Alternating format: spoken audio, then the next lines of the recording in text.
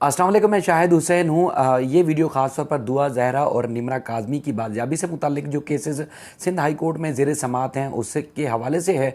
आज ख़ास तौर पर जो 2 जून को ख़ास तौर पर सिंध हाई कोर्ट में निमरा काज़मी के केस से मुताल्लिक हुआ, 2-3 मैंने वीडियो बनाई तफसीली, वो आपके सामने रखी। वालिदैन का मौक़िफ़, दोनों तरफ के वकला का मौक़िफ़, और उसके बाद फिर अब सिंध हाई कोर्ट का चूँकि तहरीरी हुक्मनामा सामने आ चुका है, अब अदालत हुक्मनामे में क्या लिखती है और आगे इस केस का मुस्तकबिल क्या होगा।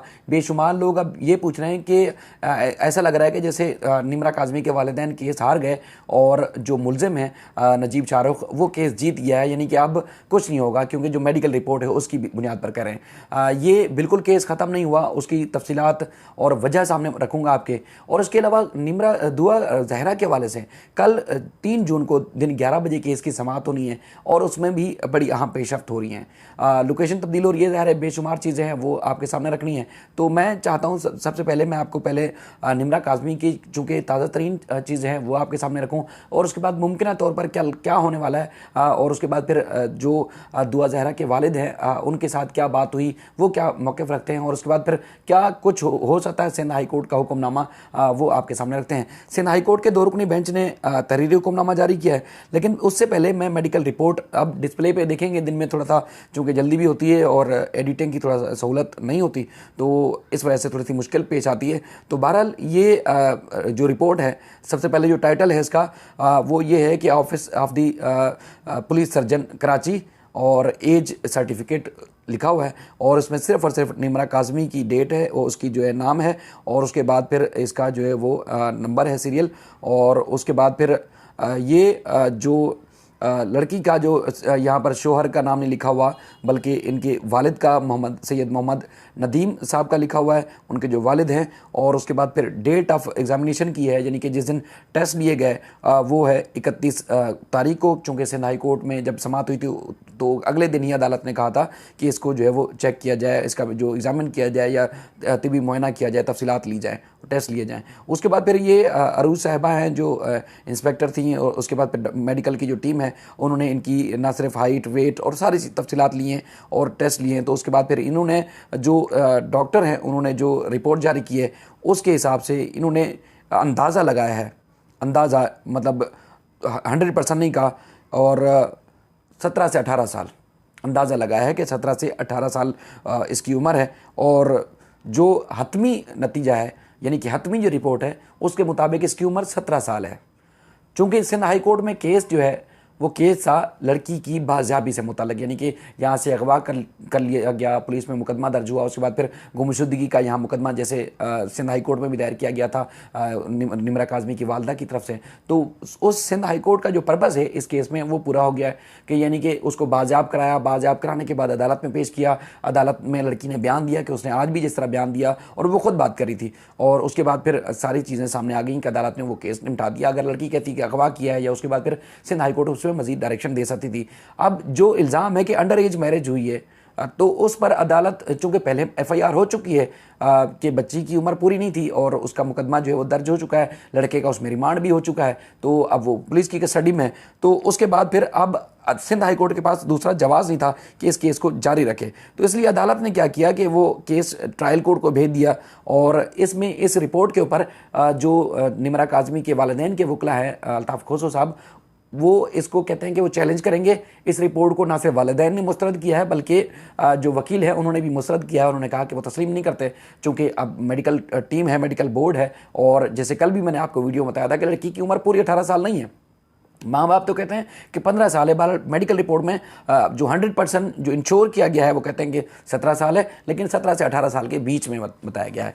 तो बहरहाल अदालत ने अब ये केस ट्रायल कोर्ट को भेज दिया है। ट्रायल कोर्ट जो है फैसला करेगा और 1 महीने का टाइम दिया गया है, और उसकी जो अदालत के तहरीरी हुक्मनामे की तफसीलात है वो आपके सामने रखता हूँ।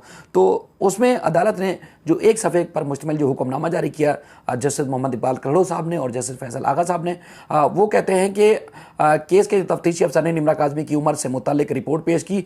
मेडिकल रिपोर्ट के मुताबिक निमरा काज़मी की उम्र 17 से 18 साल के दरमियान है। तफ्तीशी अफसर ने जो है बताया कि मेडिकल रिपोर्ट की रोशनी में ट्रायल कोर्ट में केस का जो चालान है वो पेश किया जाएगा। निमरा काज़मी की कस्टडी के हवाले से मामला ट्रायल कोर्ट जो है कानून के मुताबिक तय करेगी। अदालत के सामने सिर्फ निम्रा काज़मी की बाजियाबी से मुतालिक दरख्वास्त थी। निम्रा काज़मी अदालत में पेश हुई और कहा कि उसने अपनी मर्जी से पसंद की शादी की, और निम्रा काज़मी ने अदालत को बताया कि इसे किसी ने अगवा नहीं किया, और तफ्तीशी अफसर ने बताया कि वो Sindh child marriage restraint act के तहत जो है केस का चालान जमा कराएगा और ट्रायल कोर्ट जो चालान का फैसला कानून के मुताबिक करे। सिंध हाई कोर्ट ने जो है वो ट्रायल कोर्ट को कहा है कि इसकी कस्टडी से मुतालिक यानी कि लड़की किधर जाएगी वो और फरीकैन को सुनकर जो है वो 1 महीने के अंदर अंदर जो है फैसला करे। और अदालत ने वापस निम्रा काज़मी को जो है शेल्टर होम भेजा है, और निम्रा काज़मी को अपने वालिदैन, रिश्तेदारों और शोहर से मिलने की अदालत ने इजाज़त दी है। चूँकि अब ये बात तो गलत नहीं है कि वो बिल्कुल 100% उसकी उम्र कम है, तो इसलिए अदालत ने उसको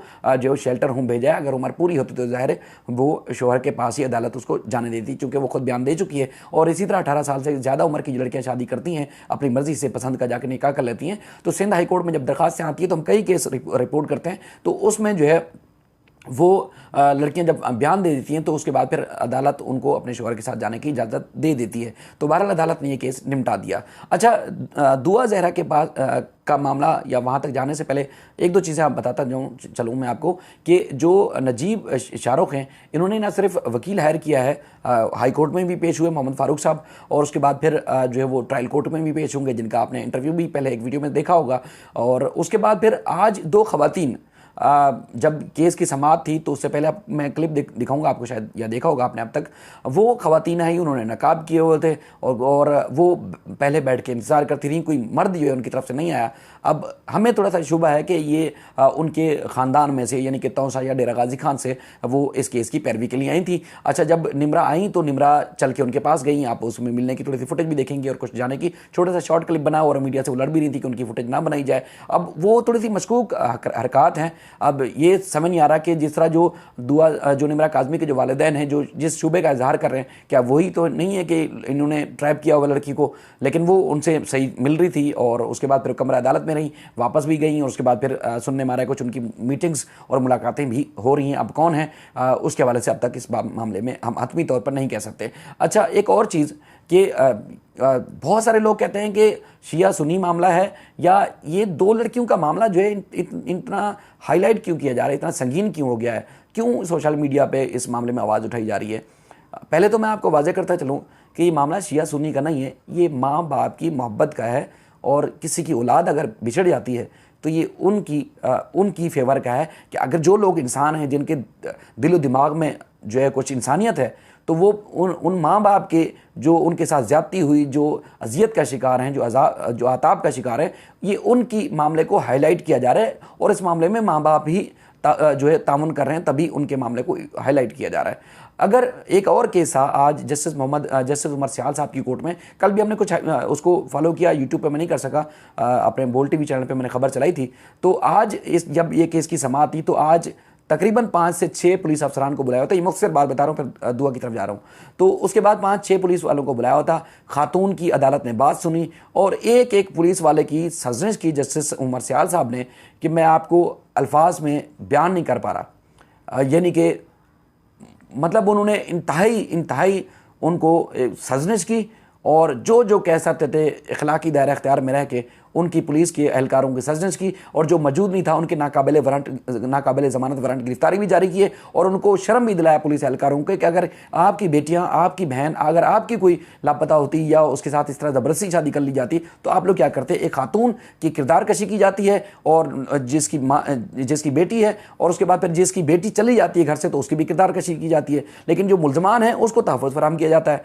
वो औरत यानी कि जो बच्ची जिसने 7 माह पहले कराची के थाना बोर्ड बेसन से उनका ताल्लुक है, 7 महीने उसने अपनी मर्जी से शादी की, कोर्ट में उसने बयान दिया, और उसके बाद बयान देने के बाद लड़की अपने शौहर के साथ चली गई, और उसके बाद फिर अब वो कराची के नफ्सियाती अस्पताल, जो जिना का नफ्सियाती वार्ड है, वहाँ एडमिट है, ये माँ ने कोर्ट में बताया। तो कहने का मकसद ये है कि सारी चीज़ वहाँ हुई। अच्छा, मैं चाहता था कि जिस तरह दुआ जहरा निम्रा काज़मी का, या हमने आरजू फातिमा जो कि क्रिश्चियन लड़की थी, अगर आप वीडियोस में देखना चाहें तो वहाँ जाके देख सकते हैं, मैंने अकेले उस केस को भी हाईलाइट किया, किसी ने उस चीज़ को हाईलाइट नहीं किया था। वो क्रिश्चियन लड़की थी, और उसके बाद भी हम जाके उसका इंटरव्यू लेके आए, अखबार में भी हमने बोल टीवी के जो बोल न्यूज़ का अखबार है उसमें भी छापा।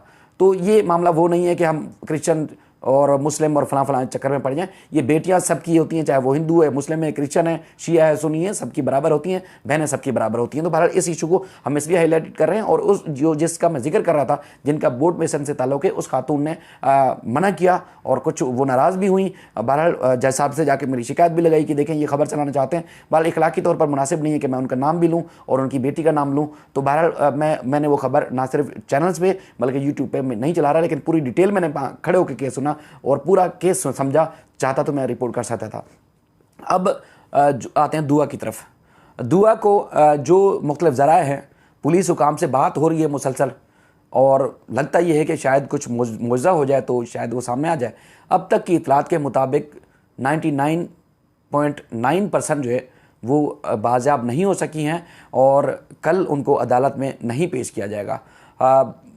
उनको जो दुआ ज़हरा के वालिद हैं मेहदी अली काज़मी साहब, उनको आपने देखा होगा कुछ दिन पहले एक सीसीटीवी फुटेज भी आई थी, उनके मशकूक हरकत देखी गई थी उनके घर और उनके ससुराल वालों के घर के बाहर। और उसके बाद फिर उनको मुख्तलिफ तरीक़ों से out of the court settlement के लिए मनाने की कोशिश की जा रही है, लेकिन वो नहीं मान रहे। सबसे पहली बात तो ये है कि उनकी बेटी है, अंडर एज है। जिस तरह निम्रा का दावा था कि उसकी उम्र जो है पूरी है और उनके वकीलों का या उनके जो पीछे लोग हैं उनका दावा था कि उम्र पूरी है, तो वो कोर्ट ने फैसला करना है। लेकिन वो सामने तो है, देर से है लेकिन सामने तो है। लेकिन ये तो सामने भी नहीं आ रहा है। सूबाई सतह पर हुकूमतों के राब्ते हो चुके हैं। पुलिस की आला जो टीम है, जो तफ्तीशकार है, वो ना सिर्फ पंजाब बल्कि कश्मीर, बालाकोट और उसके अलावा मानसेरा यानी कि खैबर पख्तूनख्वा के मुख्तलिफ इलाकों में मौजूद हैं। छापे मारे जा रहे हैं। मोबाइल फ़ोन की लोकेशन और मुख्तलिफ जो एक मुखबरी होते हैं या इंटेलिजेंस ज़राए हैं, उनकी मदद से भी कोशिश की जा रही है। ना लाहौर हाई कोर्ट में अब तक पेश किया गया है और वहाँ पर भी जो है वो यानी कि वक्त लिया गया है, 1 हफ्ते की वहाँ मोहलत मिली है उनको। लेकिन कल जो है वो एक दिन जो है बड़ी अहमियत का हामिल है, क्योंकि एक IG की नौकरी चली गई है दुआ ज़हरा वाले केस में। आप अंदाज़ा लगाएं कि सिंध हाई कोर्ट ने इस मामले को कितना बड़ा संजीदा लिया है। ये आप सब हम शोर ना मचाते तो शायद ये मामला और भी बेटियों का आता है, दब जाता, ये हाईलाइट ना होता, शायद साल केस चलते रहते। लेकिन ये इतनी बड़े पैमाने पर आप सब ने मदद की, चूँकि वालिदैन ने बड़ी हिम्मत की, डरे नहीं, छुपे नहीं, ये नहीं कहा कि उनकी बेटी चली गई तो वो माशरे को क्या मुंह दिखाएंगे। माशरा गया तेल लेने, भाड़ में जाए, लेकिन अगर किसी की बेटी चली गई तो उसको तहफ़्फ़ुज़ देना उस सब की ज़िम्मेदारी है और हम सब की ज़िम्मेदारी है। तो इसलिए हमने सबने कोशिश की, तो अदालत ने इतना बड़ा आगे कदम उठाया। और मज़ीद भी मैं बता रहा हूँ कि कल भी अगर पुलिस नाकाम हुई तो और ज़्यादा सख्त ऑर्डर आने वाले हैं और कल भी जो कुछ होगा इंशाल्लाह रिपोर्ट करेंगे। बहरहाल ये जो चीज़ें थी मैंने आपके सामने रखी। अपना ख्याल रखिएगा। अल्लाह हाफ़िज़।